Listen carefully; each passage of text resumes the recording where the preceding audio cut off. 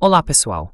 Hoje é terça-feira, 31 de março de 2026, e nosso querido amigo, nosso irmão, Coronel Larry Wilkerson, está aqui conosco. Bem-vindo de volta, Coronel.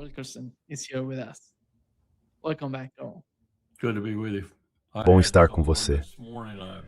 Hoje de manhã, uma pessoa que eu nunca tinha ouvido falar me mandou um e-mail dizendo: se o juiz beijou sua cabeça, eu gostaria de beijar sua cabeça. Eu não soube como responder.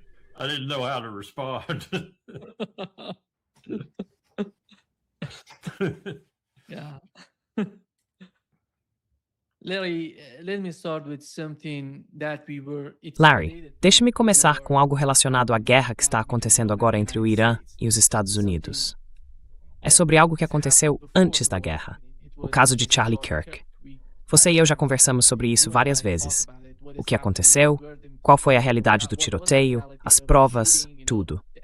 Mas hoje soubemos, o Daily Mail está noticiando, que a bala usada para matar Charlie Kirk não correspondia ao rifle que dizem ter sido usado por Tyler Robinson. Como isso é possível? É impressionante ver Kash Patel, que foi questionado várias vezes se tem certeza de que Tyler Robinson foi o autor, dizendo que tem certeza e que havia muitas provas. O que você acha do que está acontecendo com o caso de Charlie Kirk? Sabemos que Charlie Kirk era contra a guerra com o Irã. Ele fez tudo o que pôde antes desse desastre, a chamada guerra contra o Irã, acontecer. E ele não está mais neste planeta. Ele faleceu. O que você acha do que está acontecendo?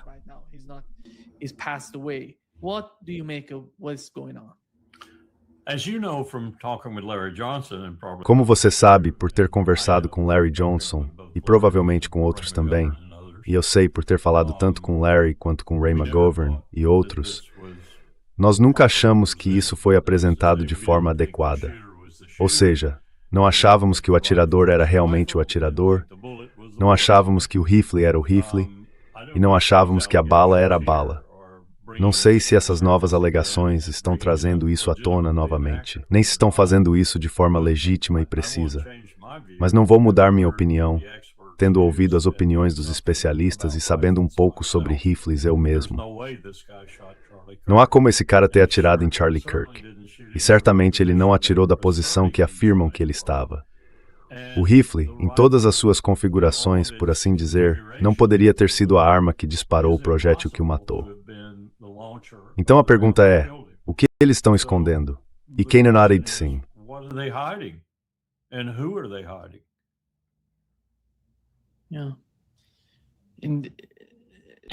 E você acha que esta administração algum dia revelaria o que realmente aconteceu? Porque até agora eles têm sido tão... Bem, eles não informaram o público. Não contaram à mídia o que aconteceu nos bastidores, qual era a evidência. O Kash Patel, por exemplo, disse que esse cara matou o Charlie Kirk porque todas as provas eram contra ele. Mas quais eram essas provas? Quais eram esses documentos contra ele? Até agora não vimos nenhum. Esse é documento que entra Kifa.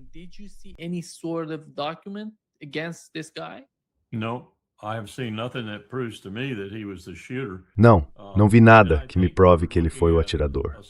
Acho que estamos diante de um conjunto de circunstâncias semelhante àquele que cercou um assassinato muito mais, digamos, importante, o de John Kennedy em Dallas, em 1963.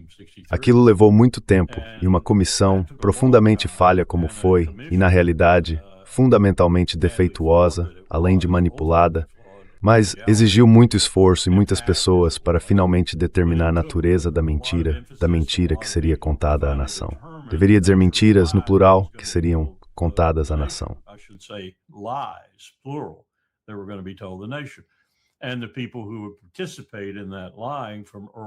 E as pessoas que participaram daquela mentira, desde Earl Warren, o ex-presidente da Suprema Corte que chefiou a comissão, até indivíduos cujas histórias, sem o reconhecimento ou cumplicidade deles, foram revertidas, como a equipe que fez a primeira autópsia em Dallas. Tudo isso para dizer que foi um processo muito minuciosamente examinado. Não o suficiente ao que parece, mas foi público e realizado sob os refletores, por assim dizer. Mesmo sendo uma falsificação das provas, eles se esforçaram para fazê-lo. Com isso aqui, não fizeram nada. Agora, pode-se dizer, bem, Charlie Kirk não era uma figura muito importante, eu diria que ele era bastante importante. wasn't a very important character. I'd say he was pretty important. I think that some of the things he said were. Acho que algumas das coisas que ele disse foram absolutamente repugnantes. Eu não gostei nem um pouco dele. Mas quando ele começou a mudar, ficou claro que irritou muita gente, deixou muita gente muito, muito brava, especialmente bilionários judeus americanos. Ele os deixou particularmente furiosos. Então, sabe, a próxima conclusão é, assim como quando você tenta descobrir quem provavelmente atirou em John Kennedy, CIA, militares, cubanos, descontentes, máfia, escolha o seu. Provavelmente foi uma conspiração entre todos eles. Mas isso é um pouco diferente, porque não é algo tão público nem tão examinado. É simplesmente o Kash Patel e talvez algumas outras pessoas do FBI.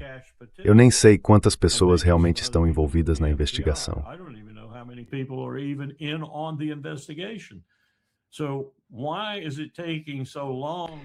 Então, por que está demorando tanto para produzir provas em que as pessoas possam acreditar? Vamos ter uma comissão? Vamos ter que chamar o Kash Patel e arrancar a verdade dele à força? Será que o Kash Patel sabe de alguma coisa? Ele tem alguma noção? Suspeito que ele tem a menor ideia de quem matou o Charlie Kirk. Não, nem a menor ideia. Agora, eles também não querem contar isso ao Trump. Não querem contar ao povo americano, porque isso mostra a incompetência deles. Mas eu acho que eles não têm a menor noção de quem o matou. Eu, por outro lado, tenho algumas pistas sobre quem acho que pode tê-lo matado, com certeza. E não é aquele cara com o rifle.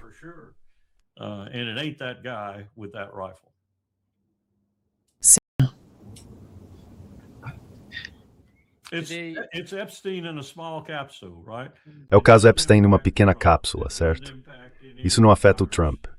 Não afeta nenhum membro do Congresso. Não afeta nenhuma dessas pessoas importantes e elegantes. É só o Charlie Kirk. Se fossem mais pessoas, provavelmente estariam escondendo isso de forma um pouco mais habilidosa e provavelmente estariam fabricando mais provas e assim por diante. Mas, como é só o Charlie Kirk envolvido, quem se importa? Então por que agir rapidamente? Por que agir com precisão?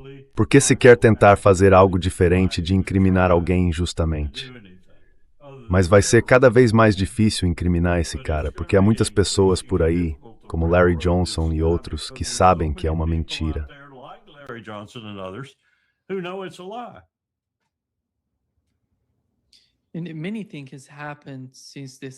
Muitas coisas aconteceram desde o assassinato de Charlie Kirk, que foi algo tão estranho.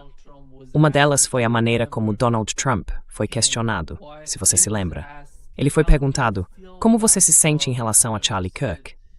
Ele disse, sobre o assassinato de Charlie, ei, isso é bom, olhe para aquele prédio, esse prédio bonito em que estamos, sabe?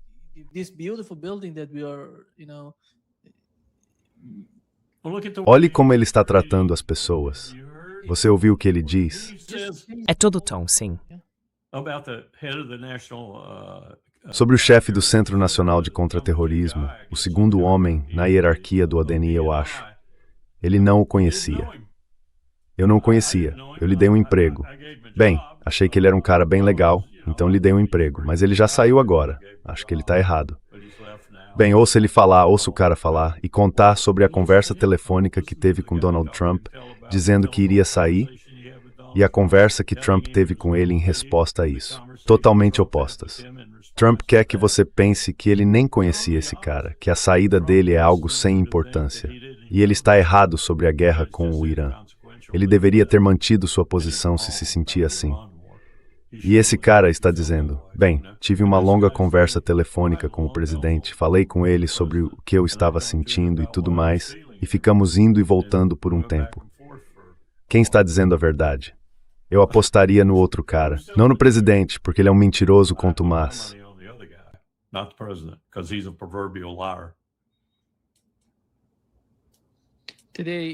Hoje, Larry, você teve a reunião com Pete Hegseth e o General Kane, e ambos mencionaram... Espera um minuto, Nima.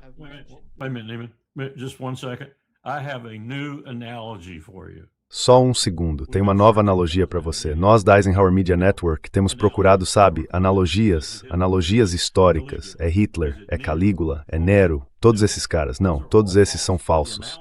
A analogia é clara. Talvez você não se lembre disso. Vou te testar. Vejo alguns fios de cabelo grisalhos. Talvez você se lembre.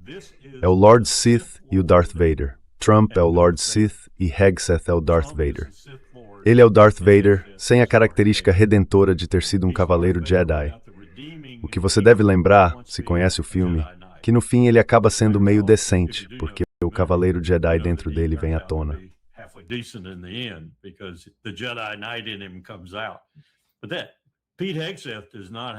Mas Pete Hegseth não tem essa característica redentora. Ele é o Darth Vader, e Trump é o Lord Sith, e nós somos o Império. Todas as outras pessoas do mundo são a força rebelde do Han Solo, e elas vão nos atacar e nos matar. Essa é a analogia, direto de Hollywood. Tô falando sério. E essas crianças olham pra mim como se nem soubessem quem é Han Solo, ou quem é Darth Vader, ou quem é o Lord Sith. Do que você tá falando? Star Wars. O que é Star Wars? Você está falando de Game of Thrones?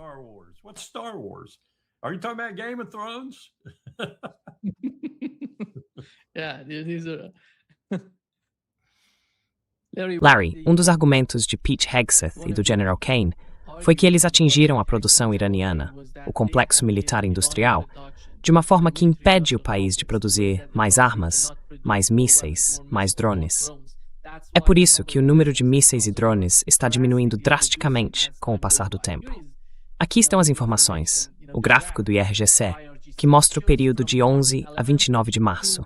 A linha azul mostra o número de drones e a linha amarela mostra o número de mísseis. And the red line shows the number of missiles. Even the number of missiles, you see, yes, the day before. Até mesmo o número de mísseis. Veja, anteontem eram 60, 40. E sabe, de alguma forma esse foi o maior número de mísseis que lançamos, anteontem. O número de drones está subindo e descendo, mas segue o mesmo tipo de trajetória. Eles realmente têm alguma informação sólida ou estão tentando manipular as coisas sem fornecer números consistentes ao público? Porque quando você diz algo, precisa mostrar algo que o sustente. Mas eles estão divulgando números que não refletem a realidade do que está acontecendo.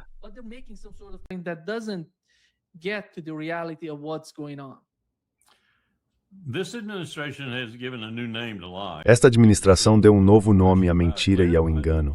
Não há dúvida disso. Liderada pelo homem principal. Ele é o maior mentiroso de todos. Sabe, eu tenho uma lista, pelo menos uma lista parcial, e acho que é bastante válida, do que eu chamaria de alvos de segunda categoria. A primeira categoria eles já atingiram, e de forma bastante devastadora. Precisão extraordinária. Devastação extraordinária. O Bahrein, por exemplo, não tem mais capacidade de refino. Era a refinaria mais antiga e maior do Golfo. Está destruída agora. Eu estava conversando com algumas pessoas ontem sobre o que isso significa. Será que eles vão ter que entrar e retirar toda a tubulação e tudo mais agora?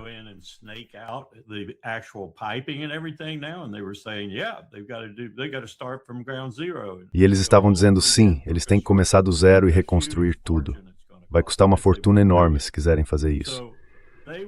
Então eles foram devastadoramente precisos, e devastadores em termos da variedade de alvos, o que eu chamo de primeiro nível de mísseis extracurriculares. Em outras palavras, não contra Israel. Mísseis não disparados contra Israel, mas contra Erbil, contra Prince Sultan, contra outros alvos. Tanta eficácia no Irã ou no Iraque, por exemplo, que reduzimos o pessoal na nossa embaixada em Bagdá apenas ao essencial. Então eu tenho que analisar esse segundo nível, que acho que provavelmente é bem preciso.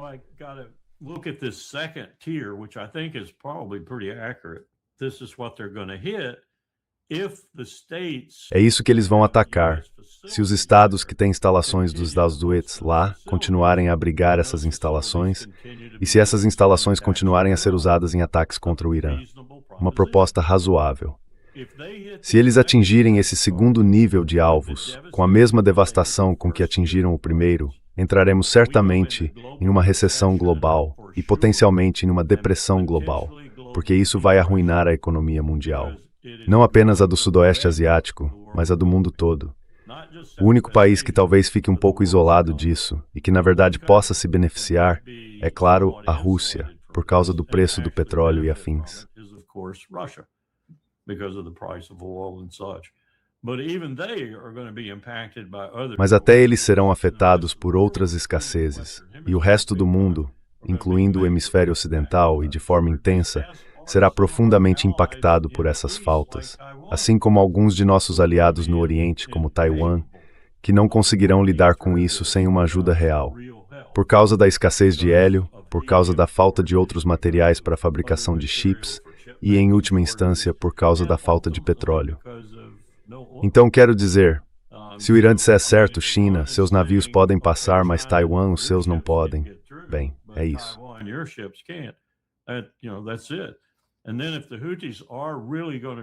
E então, se os Houthis realmente tentarem bloquear o Mar Vermelho novamente, e não seria preciso muito esforço para isso, porque vimos da primeira vez que tudo o que é necessário é assustar as seguradoras e as companhias de navegação, estaremos com problemas sérios.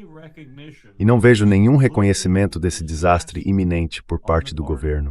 Nenhum deles parece perceber o que estão fazendo com a economia mundial.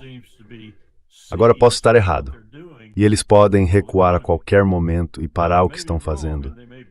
Talvez até cancelar essa operação terrestre, seja lá o que for.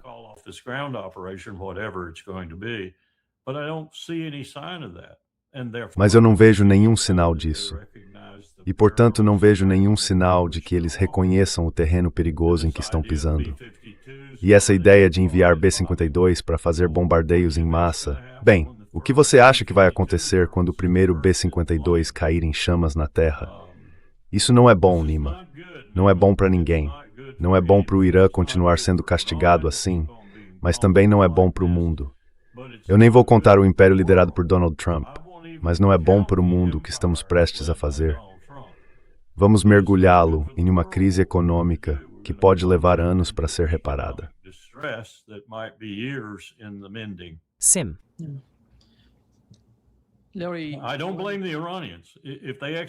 Eu não culpo os iranianos. Se eles executarem aquele segundo nível de alvos, eu não os culpo. Sério mesmo. Sabe, eles já tinham atingido Erbil 2 ou 3 vezes antes. Tinham enviado drones, 1 ou 2 mísseis, seja o que for, só para deixar claro para os israelenses e os britânicos que sabiam que eles estavam lá, naquele centro de inteligência subterrâneo. Bem, desta vez eles deram mais do que um simples aviso. Eles sabiam que eles estavam lá e praticamente os eliminaram. Se fizerem o mesmo com todo o resto dessa segunda lista de alvos, é a Arábia Saudita, são os oleodutos, são as instalações do tipo Ras Tanura, que entregam de 8 a 12 milhões de barris de petróleo por dia. Quero dizer, nem adianta falar em tirar navios do Estreito de Hormuz. Você não vai ter petróleo para colocar nos navios, nem infraestrutura para gerar mais. Estamos falando de um verdadeiro desastre se avançarmos com isso e os iranianos forem forçados a executar aquele segundo conjunto de alvos.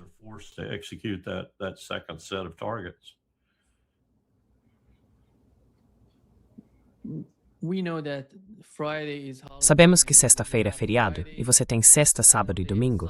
Se eles quiserem invadir o Irã, capturar uma daquelas ilhas no Golfo Pérsico, perto do Estreito de Hormuz, vai ser nesta sexta-feira. Sexta-feira Santa. É. Elidor, nesta sexta-feira santa, Cavaleiro de Dai, Darth Vader, vai atacá-lo no Milorfic Numnimpord.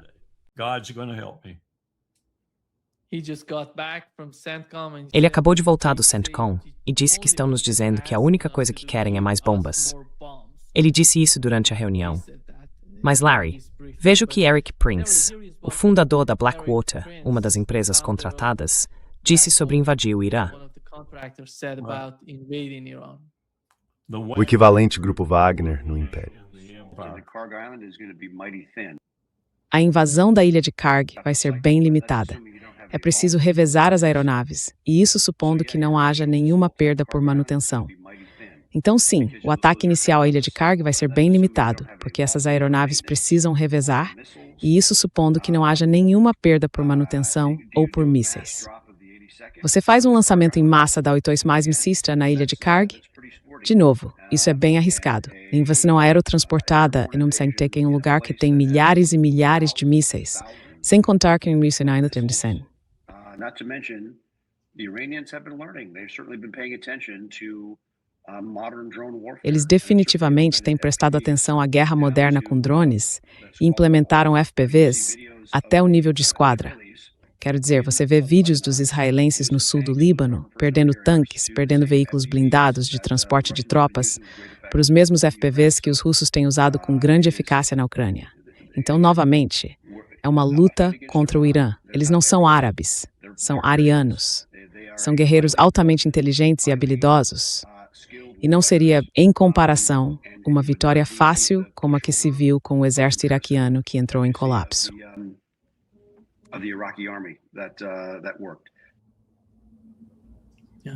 The truth hurts. É. The truth hurts. A verdade dói. A verdade dói. Ele está certo. Ele está certo.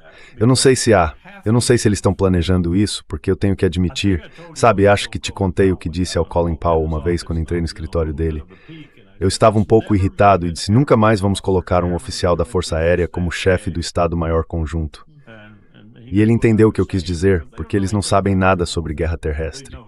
Não sabem nada sobre guerra terrestre. E o Kane, claro, é um deles. Mas ele precisa ter alguns generais do exército que não sejam apenas covardes de merda. Eles têm que estar dizendo a ele, operação aerotransportada na ilha de Karg. Airborne operation on Karg Island? Are you kidding me? You want to get 3,000 people? Você está brincando comigo? Você quer que 3.000 pessoas morram antes mesmo de tocarem o chão? Quer que elas dispensem para a terra com os paraquedas pegando fogo? Sinto muito, isso não vai funcionar. E como ele estava sugerindo ali com o Osprey, sabe como os fuzileiros chamam o Osprey? A armadilha voadora da morte. Um fuzileiro me disse, eu estaria dentro dos meus direitos, coronel, se estivesse embarcando em um Osprey para uma missão de treinamento e me recusasse a subir nele. Eu não soube como responder. Agora tenho que dizer, ele não tem um histórico pior do que o de algumas outras aeronaves nos últimos 50 anos em termos de matar pessoas.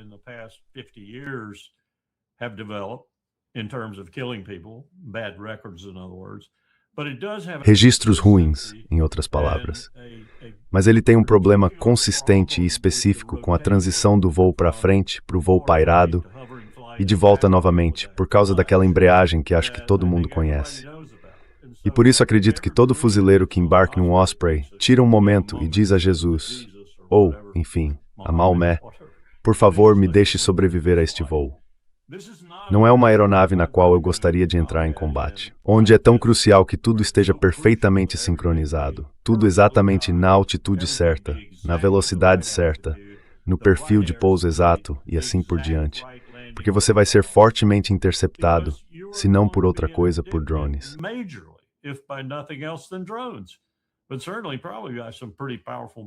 Mas certamente, vocês provavelmente também têm alguns mísseis bem poderosos. Então, o que está sendo pedido, o que Trump está pedindo, é para matar muitos americanos sem motivo algum. Nenhum motivo. Como um sargento da Força Aérea me disse recentemente num e-mail, por que estamos fazendo isso, coronel? Eles não representam nenhuma ameaça para nós.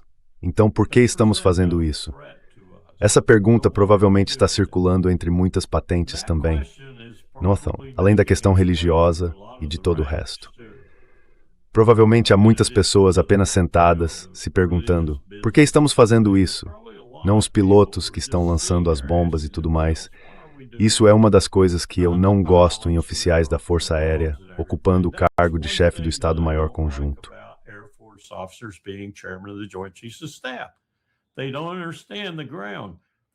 Eles não entendem o terreno. Eles só entendem a tecnologia que libera a bomba, as imagens e os vídeos felizes que mostram a bomba atingindo o alvo. Eles não entendem o que acontece depois que a bomba cai. Eles não entendem a guerra terrestre. Eles não entendem como é estar sob aquela bomba. E isso é ruim. Isso é ruim. Olhe para a Força Aérea das FDI, as pessoas mais sedentas de sangue da face da Terra. Veja o que estão fazendo no Líbano. Bombardeando hotéis, bombardeando restaurantes, bombardeando lavanderias, bombardeando mulheres idosas, bombardeando homens idosos, bombardeando bebês em seus carrinhos. É nisso que as FDI são boas. É isso que eles fazem. É isso que as forças aéreas fazem. Forças aéreas sedentas de sangue. Bloodthirsty air forces. Soldiers know better, Marines know better. Os soldados sabem melhor, os fuzileiros sabem melhor, e é terrível lançá-los nesse conflito. Simplesmente terrível. Eu sinto por todos eles, sem falar dos iranianos sob as bombas. Quero dizer, você ouviu Arati diante do painel de emergência da ONU sobre a escola Manab? Ele disse as coisas como elas são. Ele disse, nós somos maus, nós torpedeamos a diplomacia não uma, mas duas vezes. Ele usou essa palavra em inglês, torpedo. Nós torpedeamos a diplomacia duas vezes. No meio da diplomacia, bombardeamos pessoas. A Palestina começou tudo isso, ele disse. A Palestina é a questão. Foi ela que começou tudo. E ele está certo. E o Bibi ainda está lá. Naftali Bennett está irritado com Bibi porque ele não está matando os palestinos rápido o suficiente.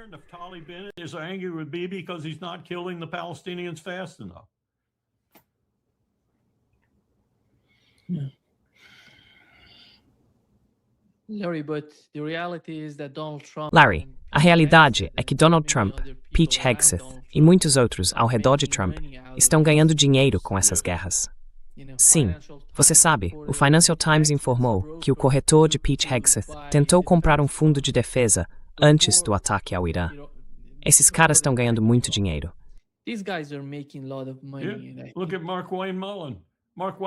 Olhe para o Mark Wayne Mullin.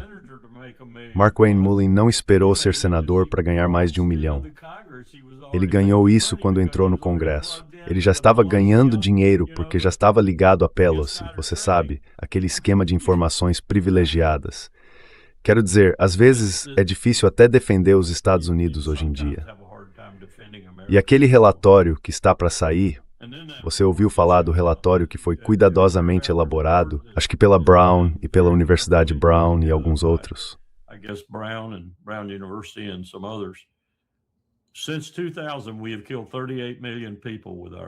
Desde 2000 matamos 38 milhões de pessoas com nossas sanções. 38 milhões de pessoas, metade delas mulheres e crianças. Some a isso Líbia, Síria, Afeganistão, Iraque, Somália. Aposto que nosso número já ultrapassa o de Joseph Stalin, o de Mao Tse-tung e provavelmente o de Hitler, em termos de pessoas que o Império matou. Isso é inconcebível. E Arati estava absolutamente certo em sua condenação a este império. Nenhuma importância alguém sobre o Irã. Você pode achar que a teocracia islâmica maligna de Fabtatar retala em doar trade americano. It does not hold a candle to the American empire.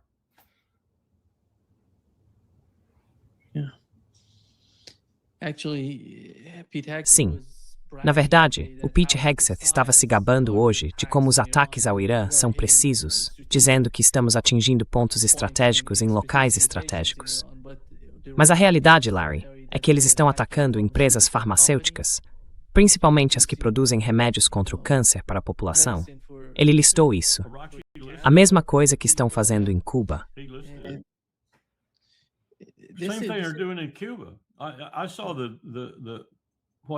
Eu vi o que aconteceu com Cuba ontem, de modo geral. É horrível. Um dos melhores sistemas de saúde do planeta. Eu sei, visitei os hospitais deles. Visitei o Hermanos Vinhales. O que John Bolton chamou de instalação química era, na verdade, uma instalação de biossegurança de nível 3 que produzia medicamentos de excelente qualidade. Eles erradicaram completamente a encefalite japonesa. Eliminaram-na da ilha. Fizeram tudo sozinhos. Talvez tenham recebido um pouco de ajuda dos brasileiros, mas, em grande parte, fizeram por conta própria. Temos muitos cubanos aqui no Brasil. Eles são incríveis. E agora estão simplesmente destruídos. Destruídos. Esse petroleiro russo pode lhes dar um pouco de vida. Espero que sim, porque ele está transportando muita energia, por assim dizer. Eles estavam fazendo coisas como tirar bebês dos respiradores, porque precisavam economizar energia, depois torcendo para que quando a energia voltasse por 1 ou 2 horas, o bebê não tivesse morto.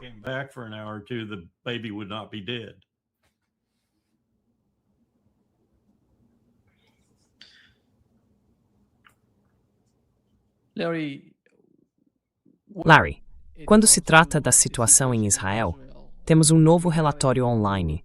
Sabe, o repórter que está em Israel, trabalhando para Fox News, Ele disse que a situação está piorando com o passar do tempo por causa dessa guerra. E aqui está o que ele relatou.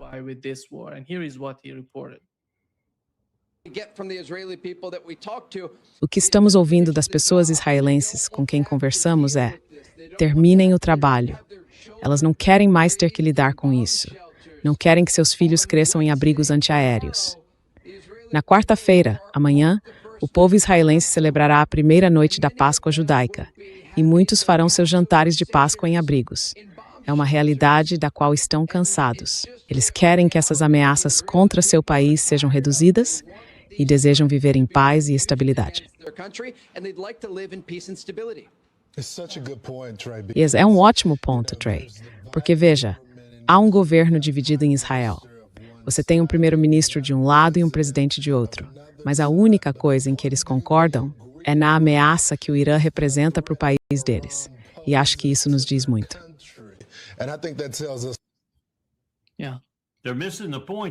Sim, mas eles estão perdendo o ponto. Eles estão perdendo o ponto. Esses israelenses querem que Netanyahu extermine os palestinos e extermine os iranianos. Essa é a solução que eles querem. Eles não entendem que essa solução é impossível de alcançar e que são eles que acabarão sendo exterminados. Essa é a verdade.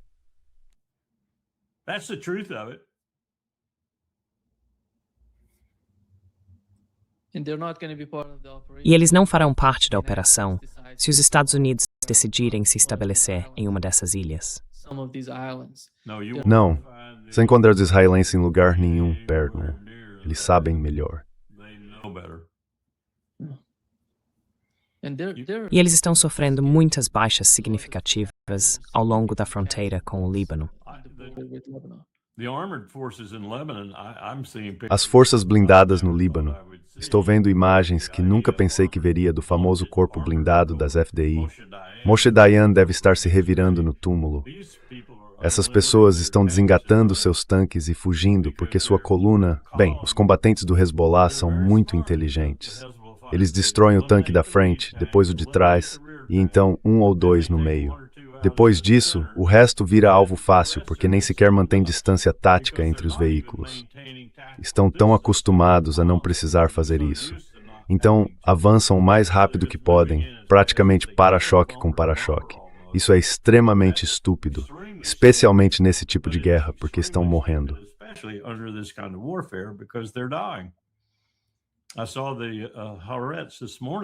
Vi o Haaretz esta manhã, mais 5 mortos do corpo blindado no Líbano, e eles não estão divulgando todas as baixas. Quero dizer, há uma forte restrição na divulgação de baixas. Como te disse antes, a lista oficial nos hospitais era de 5.817, acho. E então o Netanyahu apareceu e disse, sim, mas todos, exceto 137, já receberam alta e voltaram para o abrigo antiaéreo. Ou algo assim. Ah, claro, como é que eles voltaram? Menos uma mão, menos um pé, menos um braço. Quer dizer, não me venha dizer que você tem mais de 5.000, quase 6.000, nos seus hospitais, e agora só 137 estão lá. E todo o resto foi só, sabe, um curativo.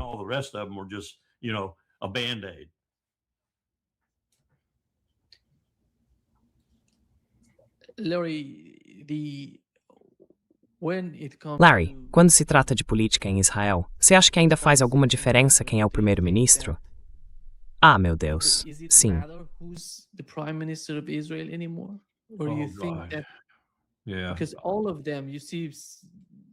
Porque todos eles, veja bem, não acho que haja qualquer alívio no horizonte. O Partido Trabalhista foi destruído. Eu nem sei mais o que é o trabalhismo.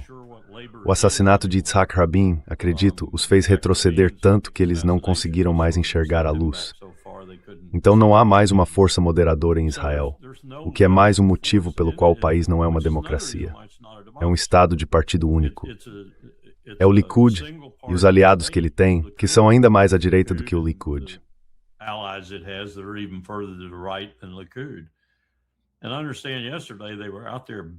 E eu entendo que ontem eles estavam lá fora espancando israelenses com chicotes ou algo assim.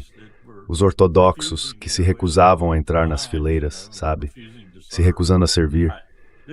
Isso também não está criando uma situação muito saudável, o fato de terem que bater nessas pessoas só para fazê-las servir. Que tipo de soldados eles vão se tornar? Vão simplesmente mandá-los para as cavernas e túneis ou algo do tipo e deixá-los morrer? Tu acredita que alguns provavelmente gostariam de fazer isso com eles. Conseguir uma carona gratuita, sem servir por causa de suas crenças religiosas.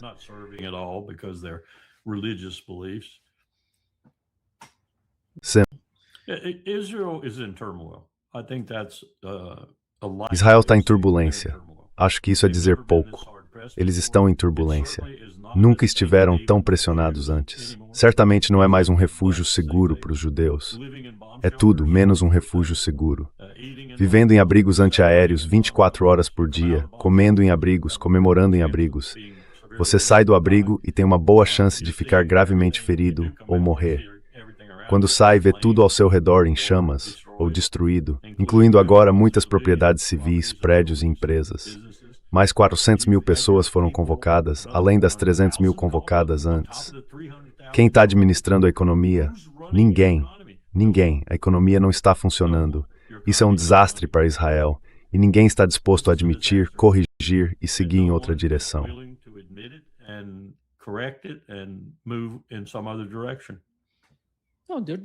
Eles estão apenas falando sobre o sul, os lembram. Eles não saem, querem tomar a terra.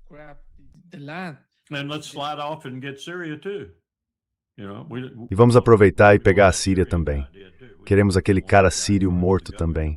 Não queremos mais ele no comando do governo em Damasco. Vamos transformar tudo em caos. Vamos transformar o Irã em caos. Vamos fazer disso um caos. E então vamos simplesmente mergulhar nesse caos com colonos.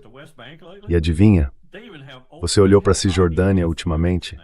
Agora há unidades das FDI que estão se voltando contra os palestinos, que ainda restam lá, e ajudando os colonos a acabar com eles. Pelo menos isso não costumava acontecer. Talvez um soldado individual das FDI pudesse ajudar um colono individual a matar um palestino ou expulsá-lo de sua terra. Mas agora há unidades inteiras ajudando a destruir o que resta da vida palestina na Cisjordânia. Sabe, gente sedenta de sangue.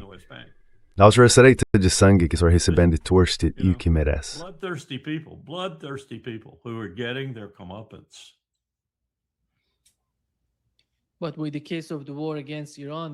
Mas no caso da guerra contra o Irã, a situação não está indo do jeito que eles querem, porque os Estados Unidos estão pressionando a Polônia a enviar seus sistemas Patriot para Israel. Sabe, quando você observa todos esses sistemas, depois da Coreia do Sul, agora Polônia, eles recusaram, aliás. Isso mostra a realidade do que está acontecendo em Israel.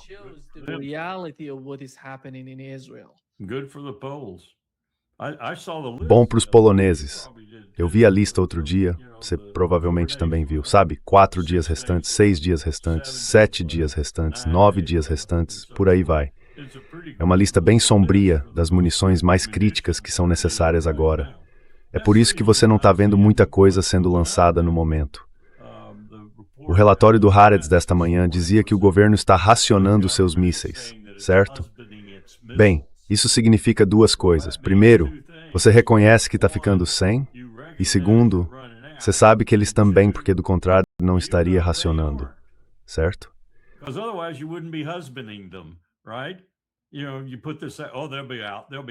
Sabe, você diz isso, eles vão acabar logo, Eles não têm tantos mísseis sobrando. Bem, por que você está guardando tantos dos seus mísseis e não os disparando quando os mísseis deles estão chegando? Se acha que eles estão ficando sem? Você está guardando porque sabe que os suprimentos deles ainda são bem robustos. E esse segundo nível de alvos, os suprimentos deles precisam ser razoavelmente fortes para executar esse nível. Então, se isso está pronto para ser executado, e parecia quem é o presidente do Majlis, Kadyrov. Kadyrov. Ele fez algumas declarações ontem que foram muito indicativas de que eles estão prestes a lançar aquele segundo nível. Então eles devem ter muitos mísseis.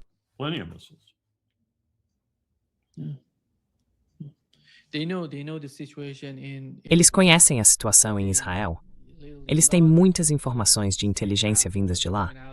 Antes de a guerra começar, todos nós pensávamos, eu pensava, que o Mossad teria muita influência no Irã. Mas com o passar do tempo, parece que eles não têm nada no Irã.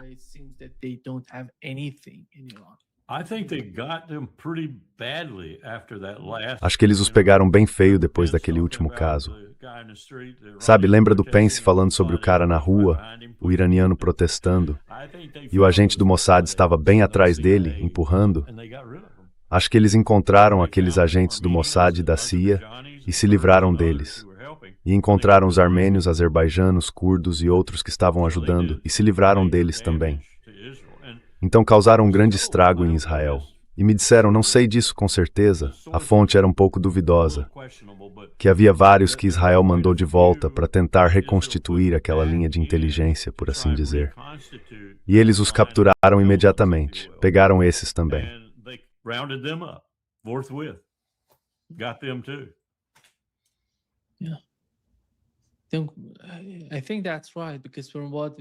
Acho que é isso mesmo. Porque pelo que vi e ouvi até agora, eles estão simplesmente cegos. Eles não sabem o que estão fazendo. É por isso que estão atacando universidades, hospitais, escolas.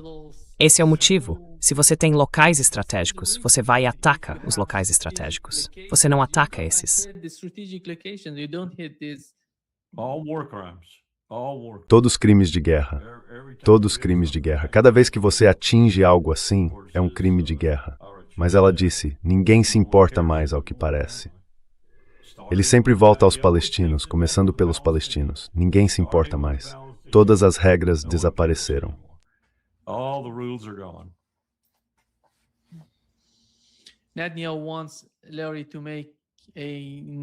Netanyahu quer que Larry forme um novo tipo de aliança com os Estados Árabes para se opor aos atos de resistência.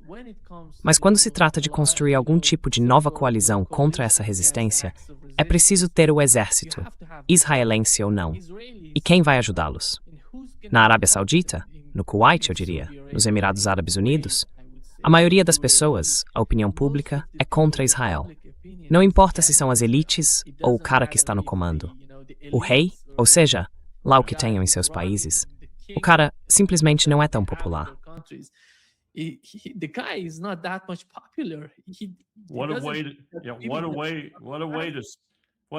Que maneira de preparar a queda da própria monarquia. Quero dizer, sem brincadeira. Que maneira de dar uma nova vida, e uma vida feroz, à Primavera Árabe. Fico pensando especialmente no Bahrein, porque o país foi simplesmente devastado. E o fato de o povo não ter aproveitado isso para simplesmente derrubar a monarquia é um tanto notável. Tenho que pensar que talvez algumas pessoas também tenham sido atingidas, sabe? Que elas realmente estão meio que tremendo de choque agora. Já me disseram que eu nem acreditaria se fosse ao Bahrein, que está simplesmente completamente destruído. Sim.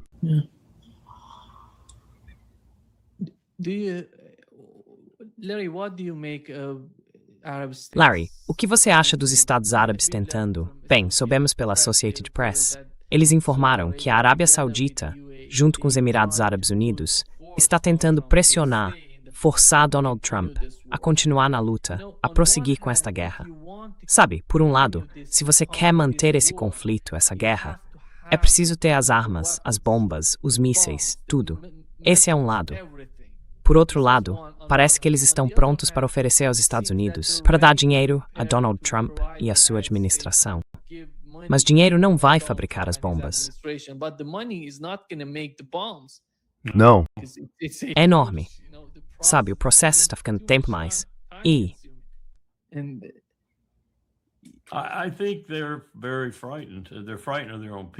acho que eles estão muito assustados.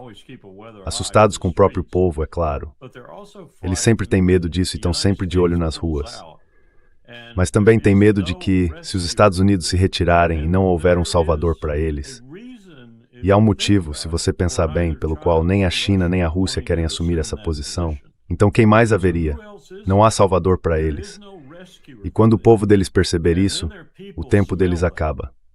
Agora, caos que pode vir depois pode ser pior do que o que veio antes, mas acho que eu preferiria correr esse risco a manter essas monarquias horríveis existindo por mais tempo. E a razão pela qual essas monarquias conseguiram sobreviver somos nós.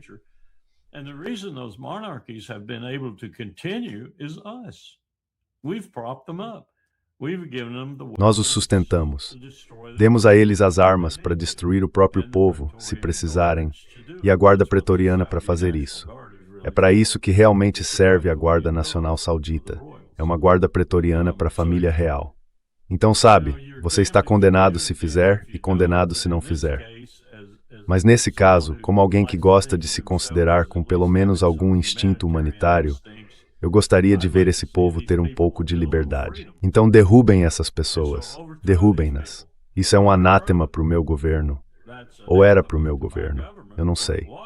Compare isso com o discurso que Donald Trump fez. Lembra daquele que ele fez lá em Riad? Acho que foi em Riad.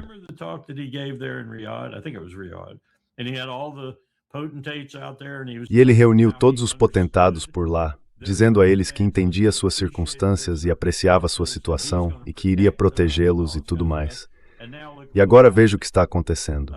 A quem eles recorrem, além de pedir que ele seja ainda mais agressivo, para que não acabem com um Irã fortalecido, capaz de vir e dar-lhes um golpe. Eu não acho que o Irã faria isso, de qualquer forma. Acho que vai levar anos para o Irã se recuperar de toda a surra que demos nele, para reconstruir suas escolas, seus hospitais, praticamente tudo. Mas acho que o medo deles é que depois que a presença dos Estados Unidos se for, e sem outra grande potência assumindo o lugar, o Irã acabe dominando-os.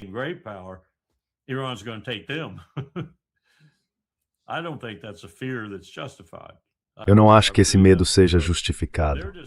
Realmente não acho. Eles só estão tentando se salvar, só isso. Lembro-me de Powell me contando sobre o príncipe Bandar e sobre a realeza em geral, dizendo, Larry, não se preocupe, os sauditas sempre irão para o poder mais forte, levando seu dinheiro com eles. E quando chegar o momento decisivo para a família real saudita, quando se tornar insustentável para eles continuarem por aqui, o mesmo vale para a Jordânia e para o Egito. Mubarak provou isso no Egito. Eles só não conseguiram consolidar bem. Eles se foram. Eles se foram. E a implicação da parte de Powell era, ainda bem, ele também não se sentia confortável com esse relacionamento. Sim. Eis o que Pete Hackett disse hoje sobre a mudança de regime no Irã. Como houve uma mudança de regime, ela deve ser mais sábia do que a anterior. O presidente Trump fará um acordo se estiver disposto, e os termos desse acordo já são conhecidos por eles. Se o Irã não estiver disposto, então o Departamento de Guerra dos Estados Unidos continuará com ainda mais intensidade.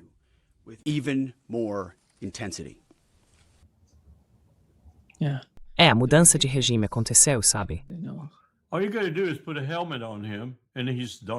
Tudo que você precisa fazer é colocar um capacete nele e ele vira o Darth Vader. Basta colocar um capacete preto e deixar rolar. É assim que o Darth Vader respirava através daquele capacete. E pronto, ele é o Darth Vader. Quero dizer, não dá para inventar uma coisa dessas, Nima.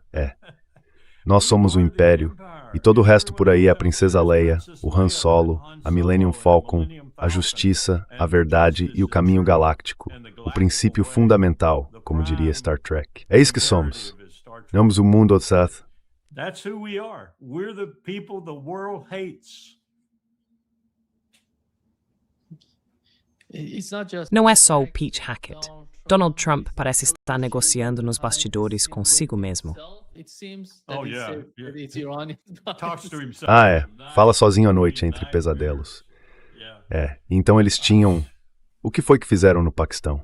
Tinham o ministro das Relações Exteriores do Egito, tinham o ministro das Relações Exteriores do Paquistão. Quem mais eles tinham? Tinham mais algumas pessoas lá. E, supostamente, estavam falando sobre a guerra no Irã. Agora, o que diabos você acha que eles estavam discutindo? A guerra no Irã? Que verdadeiramente sobre os Estados Unidos? Esse sobre o quão perigoso neutralmente.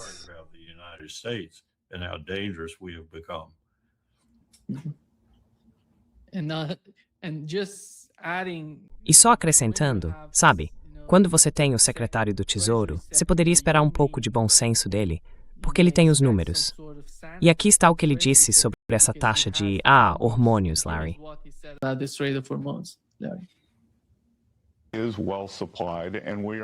Está bem abastecido e estamos vendo cada vez mais navios passarem diariamente à medida que países individuais fazem acordos com o regime iraniano por enquanto. Mas com o tempo, os Estados Unidos vão retomar o controle dos estreitos e haverá liberdade de navegação, seja por meio de escoltas americanas ou de uma escolta multinacional.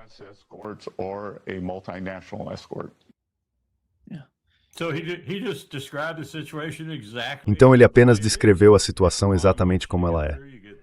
Se o Irã quiser que você passe, você passa. Se o Irã não quiser que você passe, você não passa. Agora, eles podem manter essa postura indefinidamente?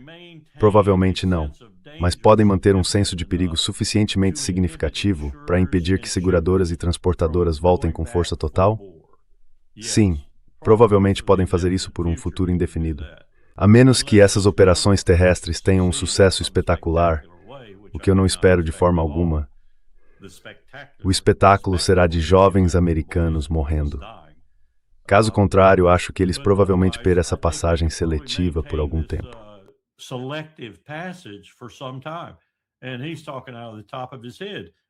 E ele está falando sem saber do que está falando. Nós não temos as embarcações navais, as munições navais ou a capacidade naval para manter aquele estreito aberto de forma contínua contra um Irã ainda razoavelmente bem armado. Simplesmente não temos. Então ele está sonhando acordado. Está sonhando acordado com algo que só poderia acontecer daqui a pelo menos 6 meses. E no fim desses 6 meses, quem diabo sabe o que vai acontecer? Porque Trump está despencando nas pesquisas, o MAGA está liderando essa queda, e não há como os republicanos vencerem as eleições de meio de mandato a menos que trapaceiem de forma colossal. E eu não consigo acreditar que os democratas vão deixar isso passar. Simplesmente não consigo. Não de novo.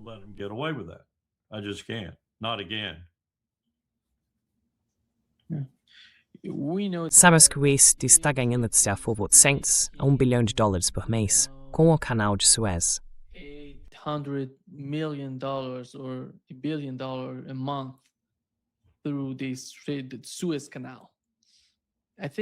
Acho que o Irã está se preparando para algo assim, Larry, quando se trata do Estreito de Hormuz. Essa preparação de que eles estão falando.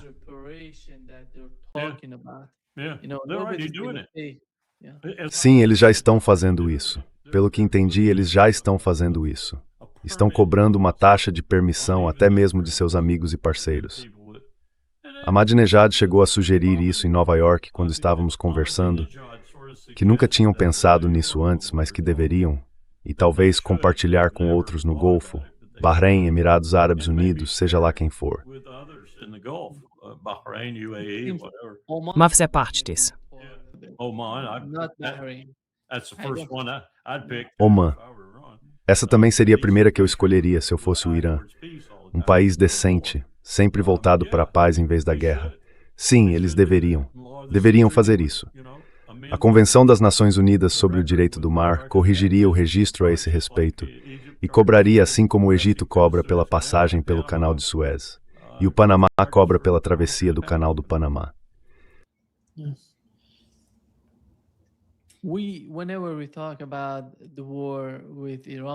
Sempre que falamos sobre a guerra com o Irã, acho que em segundo plano, sempre vemos a ameaça do uso de bombas nucleares, Larry. Acho que a possibilidade de usar armas nucleares ainda existe. E enquanto Israel estiver em uma situação desesperadora, sabemos o que está acontecendo em Israel, a população não está feliz, como vimos naquele relatório da Fox News. As pessoas estão sofrendo muito porque estão nos abrigos. Dá para ver as baixas na fronteira com o Líbano, como o Líbano está de certa forma dominando as forças de defesa de Israel e a pressão dos mísseis iranianos. Então, se em meio a todas essas circunstâncias, Israel decidir usar armas nucleares, qual é a sua compreensão desse cenário? What is your understanding of that scenario? I understand it simply from a military perspective. Eu entendo isso simplesmente de uma perspectiva militar, que, como já disse antes, uma ou duas não seriam suficientes para influenciar decisivamente a situação. Então eu imaginaria Israel mirando nas instalações que acredita estarem produzindo lançamentos de mísseis, sobre trilhos, subterrâneas, seja como for, em terreno montanhoso, na maioria dos casos. E isso significaria um bom número de armas nucleares, provavelmente pelo menos 50. Portanto, isso não é apenas soltar o gênio da garrafa, é pedir por retaliação, e até de mais de uma potência na região. Ontem recebemos alguns relatos de que sistemas S-500 estavam sendo entregues, junto com russos, para operá-los.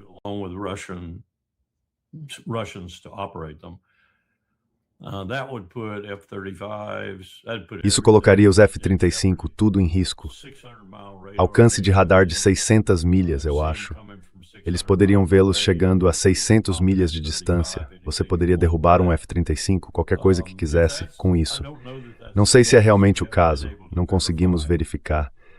O relatório dizia que havia S-500 lá em quantidade, com técnicos russos para operá-los. Então, sempre que você introduz algo assim nesse conflito, exceto armas nucleares, talvez não seja algo decisivo em última instância, mas certamente seria taticamente decisivo no momento. E provavelmente por vários momentos depois disso. Isso nos forçaria a reajustar muitas coisas. Você não mandaria nenhum B-52 sobrevoar, por exemplo, o que Trump está ameaçando agora. Aparentemente ele colocou o B-52 em alerta para ir até lá e lançar bombardeios em tapete, sabe?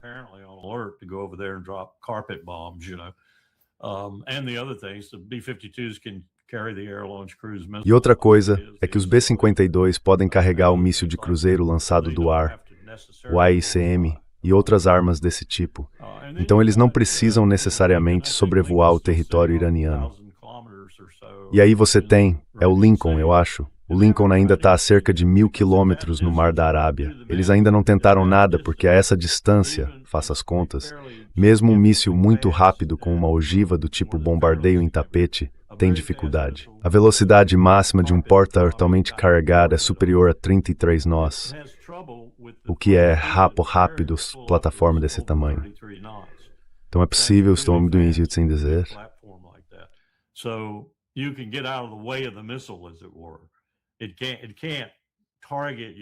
Ele não consegue mirar em você tão rápido na fase terminal se você estiver indo nessa velocidade e ainda manobrando.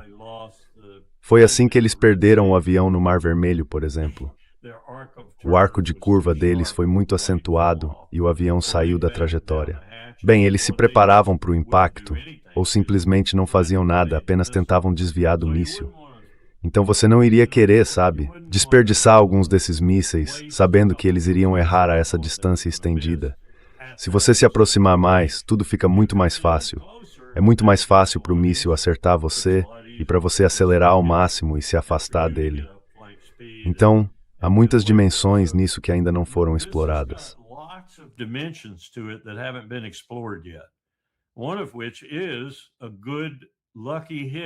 Uma das possibilidades é um golpe de sorte em um porta-aviões. 5.000 americanos mortos de uma só vez. Há tantas coisas que poderiam acontecer para complicar esta guerra. Qual seria a reação do povo americano se um cruzador de batalha principal como esse, um navio de guerra, como costumávamos chamá-los, um porta-aviões neste caso, afundasse com 5.000 homens e mulheres mortos? A opinião do povo americano mudaria? Porque eles não apoiam esta guerra agora, não a maioria deles. Será que mudariam e de repente passariam a apoiá-la por causa dessas mortes? Eu não sei. O povo americano pode ser muito volúvel às vezes. Eu não acho que mudariam. Acho que a falta de apoio se tornaria ainda mais forte se isso acontecesse.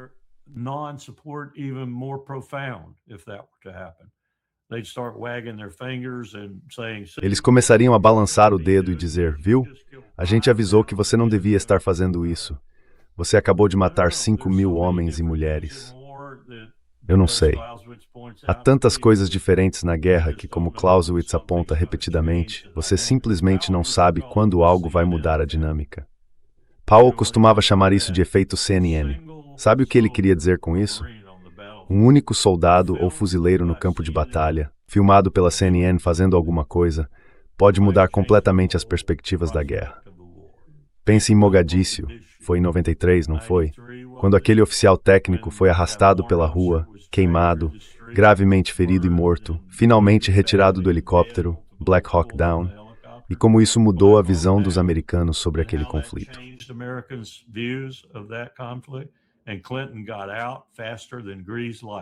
E Clinton saiu mais rápido que um raio. ele deu ao comandante uma ordem para recuar sob pressão e fazer isso no dia seguinte. E esse é o efeito CNN. Você não sabe o que é isso. A câmera captura um pequeno episódio tático e, de repente, o apoio do povo à guerra desaparece. Nunca se sabe quando algo assim vai acontecer. Por exemplo, a Ilha Clark, Ospreys pegando fogo, fuzileiros morrendo, paraquedistas no ar, com seus paraquedas em chamas. Cenas desse tipo fariam o povo americano cair em cima do presidente Trump como mosca em melado. Então nunca se sabe quando algo assim vai acontecer e mudar completamente o rumo da guerra, pelo menos para um dos lados.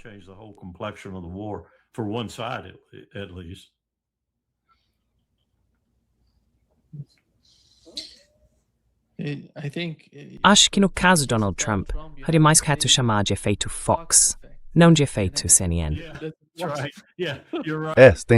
Você tem razão, o efeito Fox. Talvez a Fox seja a única com coragem suficiente para ir até lá. Sim. Você viu meu artigo na primeira página do The Washington Post? Não, eu não vi. Não era meu artigo, era da Michelle Burstein, a repórter de religião do The Washington Post, me citando na matéria. Ela me chamou de almirante, Almirante Wilkerson.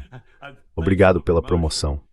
Mas aquele artigo foi o primeiro a falar sobre Hegseth e suas reuniões de oração no Pentágono, e sobre como Trump está tolerando isso, o quão inconstitucional é, sabe?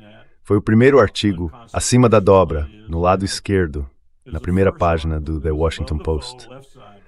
Essa foi a primeira vez que conseguimos colocar algo na grande mídia.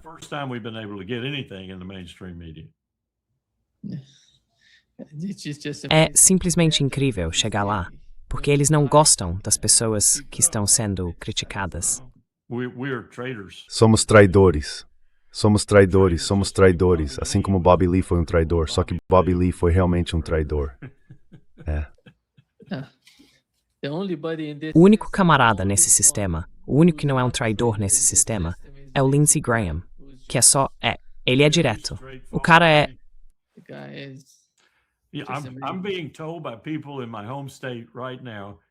Estão me dizendo, pessoas do meu estado natal, que não só, acho que ela é pediatra, a mulher que está concorrendo contra ele como democrata, não só ela está ganhando terreno, mas também que o cara na primária republicana, concorrendo contra o Lindsey Graham, é pior que o Graham. Mas é tolerável. Então eles acham que há uma chance de ele derrotar o Graham na primária antes mesmo de chegar à eleição. Ele é maga de ponta a ponta, mas é um pouco, sabe, não é um cara esquisito como o Lindsey.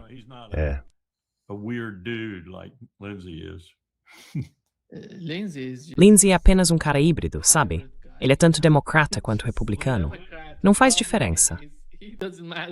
Não importa. Ele me lembra o John Taylor. Ele é só parte do sistema. Ele é do sistema, parte do sistema. Ele é uma figura estranha, de fato. Só poderia ser da Carolina do Sul. Esse é o estado que atirou contra o Fort Sumter.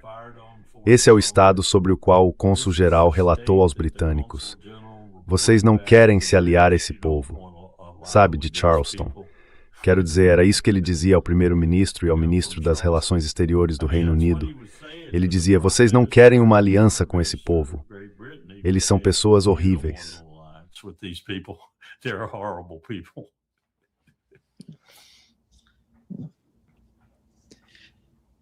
Thank you, Larry. Obrigado. Obrigado, Larry. E nós vamos conversar novamente na sexta-feira. Vamos ver o que acontece. Parece que se quiserem invadir, se quiserem ir para o subsolo, vai ser na sexta-feira, se acontecer. Acho que é isso que o Larry pensa. Sim. Vamos ver. Vamos ver. Enquanto isso, coma alguns petiscos. Como você chama pupu? Como você chama pupu? Eu realmente espero que eles não façam isso, porque sabe, é só que nós sabemos, eu sei, o resultado. Tenho certeza do resultado. O resultado não é bom. Vocês estão matando pessoas. Por quê? Por que estão fazendo isso? Isso não tem nada a ver com Donald Trump.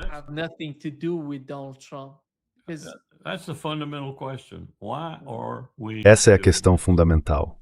Por que estamos fazendo isso? Porque estamos atacando sem piedade um país que não representa nenhuma ameaça viável aos Estados Unidos da América.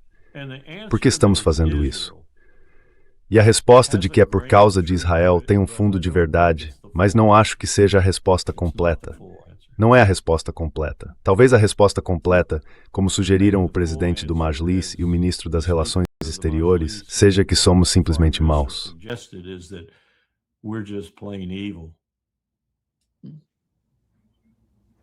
Yeah. Sim, Ibis. Até para isto. See you soon. Se cuida. Te vejo na sexta-feira. Cuide-se. E se eu ainda estiver vivo? Claro, nós vamos conversar. Se cuida. Tchau. Cuide-se. Tchau. Take care. Bye bye.